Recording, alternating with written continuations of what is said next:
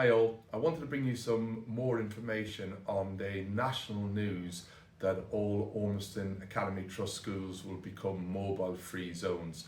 Some of you may have read about this in national press or seen it on the BBC News last week. And I'd like to say at Ormiston Horizon Academy, this is something that we're really excited about, but also something that we're not going to rush into. We're going to carefully plan this and we're going to communicate it with all stakeholders in a timely manner.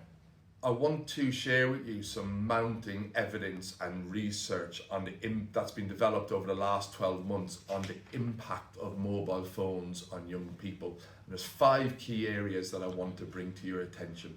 Firstly, there is a clear link to the increase in the teenage mental health crisis and the link to mobile phones.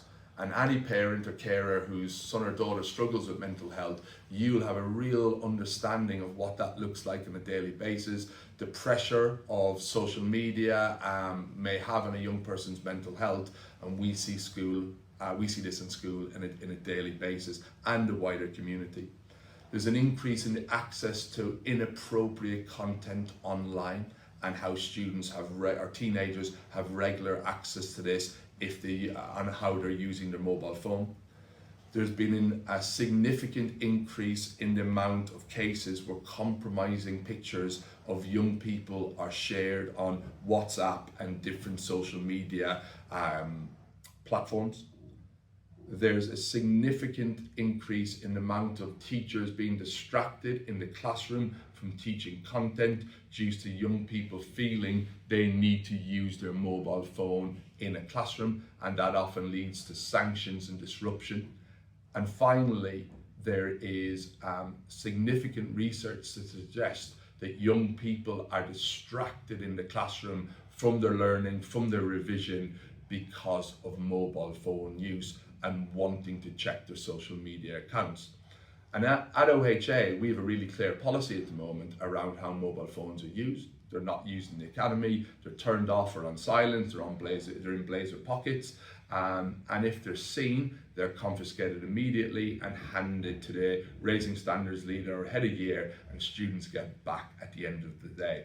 Even though our system and our policy is really clear, we can see the impact this is having on students, and we feel moving to a mobile phone free school is the right step to take. I talked about careful planning on this, clear communication with all stakeholders and taking our time to get this right. This is something that we're not going to rush into.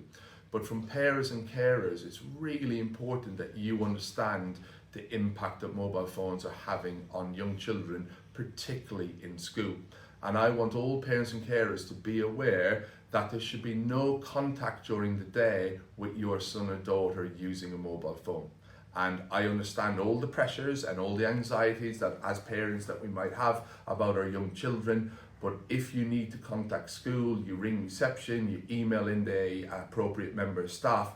You should not be making a call to your son and daughter in the academy. You shouldn't be sending a text message, or you should not be asking them to contact you. If you do that, that often leads to disturbance, it leads to teacher correction, it leads to that student becoming distracted because they feel it's okay to use their mobile phone because you've asked them to do it.